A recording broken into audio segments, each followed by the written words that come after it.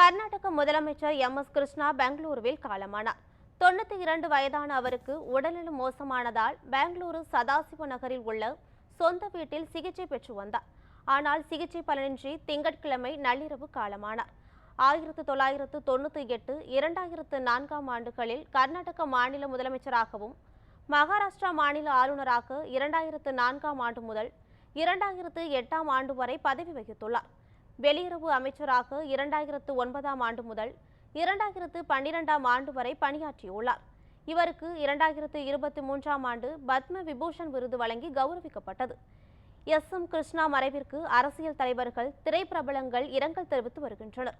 அவரது சொந்த ஊரான மத்தூரில் உள்ள சோமனஹள்ளியில் நாளை இறுதி சடங்கு நடைபெறும் என்றும் கூறப்படுகிறது.